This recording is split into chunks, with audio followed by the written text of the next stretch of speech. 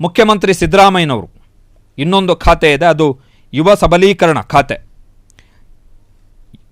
284 ಕೋಟಿ ರೂಪಾಯಿ ಬಜೆಟ್ನಲ್ಲಿ ಘೋಷಣೆ ಆಗಿರುವಂಥದ್ದು. ಮೊದಲ 2.5 ತಿಂಗಳಲ್ಲಿ ಜೂನ್ ಮಧ್ಯಾವಧಿಯವರೆಗೆ 71 ಕೋಟಿ ರೂಪಾಯಿ ರಿಲೀಸ್ ಆಗಿದೆ. ಅದರಲ್ಲಿ ಬಳಕೆ ಆಗಿರುವಂಥದ್ದು ಕೇವಲ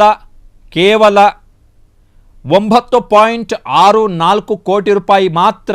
ಯಾಕೋ ಮುಖ್ಯಮಂತ್ರಿ ಸಿದ್ದರಾಮಯ್ಯನವರು ತಮ್ಮ ಬಳಿಯಲ್ಲೇ ಇರತಕ್ಕಂಥ 2 ಖಾತೆಗಳಲ್ಲೂ ಕೂಡ ತಾವೇ ತಮ್ಮ ಇಲಾಖೆಗೆ ಕೊಟ್ಟುಕೊಂಡಂತಹ ಫಂಡ್ ಏನಿತ್ತು ಅದರ ಬಳಕೆಯಲ್ಲಿ ಹಿಂದೆ ಬಿದ್ದಿದ್ದಾರೆ ಕಂಪ್ಯಾರಿಟಿವ್ಲಿ ಉಳಿದ ಸಚಿವರು.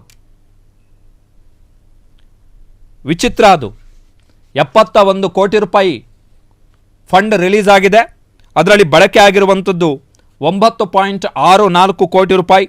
ಬಳಕೆ ಆಗದೇ ಇರತಕ್ಕಂಥ ಅನುದಾನ ಬಿಡುಗಡೆ ಆಗಿರುವ ಫಂಡ್ನಲ್ಲಿ ಬಳಕೆ ಆಗದೇ ಇರುವಂತಹ ಫಂಡ್ ಏನಿದೆ ಅದು 62 ಕೋಟಿ ರೂಪಾಯಿ.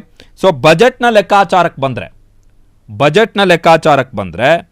ಶೇಕಡ 3.38ರಷ್ಟು ಅನುದಾನವನ್ನು ಮುಖ್ಯಮಂತ್ರಿ ಸಿದ್ದರಾಮಯ್ಯನವರು ವೆಚ್ಚ ಮಾಡಿದ್ದಾರೆ. ಇತ್ತೀಚೆಗೆ ಕರ್ನಾಟಕ ಹೈಕೋರ್ಟ್ನಲ್ಲಿ ಒಂದು ಪ್ರಕರಣ ನಡೀತು. ಒಬ್ಬ ಪ್ಯಾರಾ ಒಲಿಂಪಿಯನ್ ವಿಕಲಚೇತನ ಕ್ರೀಡಾಪಟು ತಮಗೆ ಸರ್ಕಾರದಿಂದ ಪರಿಹಾರ ಸಿಗಬೇಕಿತ್ತು ಅಂಥೇಳಿ ಫೈಟ್ ಮಾಡಿ ದುಡ್ಡು ಪಡ್ಕೊಂಡ್ರು.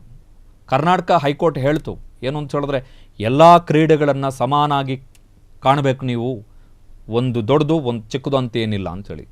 ನೋಡಿ, ಆತ ಯಾವುದು ಯುವ ಸಬಲೀಕರಣ ಮತ್ತು ಕ್ರೀಡಾ ಖಾತೆ ಏನಿದೆ ಅದರಲ್ಲಿ ಸಿಗಬೇಕಾದಂತಹ ಫಂಡಿಗೋಸ್ಕರ ಒಬ್ಬ ವಿಕಲಚೇತನ ಕ್ರೀಡಾಪಟು ಹೈಕೋರ್ಟಿಗೆ ಹೋಗಿ ಹೈಕೋರ್ಟ್ನಲ್ಲಿ ವಾದವನ್ನು ಮಂಡಿಸಿ ಅಲ್ಲಿ ಫೈಟ್ ಮಾಡಿ ಅಲ್ಲಿ ಅವರ ಆದೇಶವನ್ನು ಪಡೆದು ಅದಾದ ಬಳಿಕ ಇವರ ಇಲಾಖೆಯಿಂದ ದುಡ್ಡು ತೆಗೆದುಕೊಳ್ಳುವ ಮಟ್ಟಿಗೆ ವ್ಯವಸ್ಥೆಯ ಪರಿಸ್ಥಿತಿ ಇದೆ.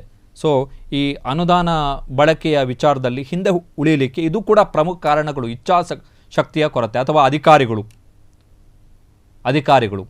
ಇವತ್ತು ಬೇಡ ನಾಳೆ ಬನ್ನಿ, ದಾಖಲೆಗಳು ಸರಿಯಿಲ್ಲ. ವೆರಿ ಇಂಪಾರ್ಟೆಂಟ್ ಇಲಾಖೆ ಮುಖ್ಯಮಂತ್ರಿಗಳ ಬಳಿ ಇರ್ತಕ್ಕಂಥ 2 ಪ್ರಮುಖ ಇಲಾಖೆಗಳು. ಕ್ಷಣ ಕ್ಷಣದ ಸುದ್ದಿಗಳಿಗಾಗಿ ಫ್ರೀಡಂ ಟಿವಿ ಸಬ್ಸ್ಕ್ರೈಬ್ ಮಾಡಿ, ಲೈಕ್ ಮಾಡಿ ಹಾಗೂ ಫಾಲೋ ಮಾಡಿ. ಹೊಸ ಸುದ್ದಿಗಳ ನೋಟಿಫಿಕೇಶನ್ಗಾಗಿ ಬೆಲ್ ಐಕಾನ್ ಮೇಲೆ ಕ್ಲಿಕ್ ಮಾಡಿ.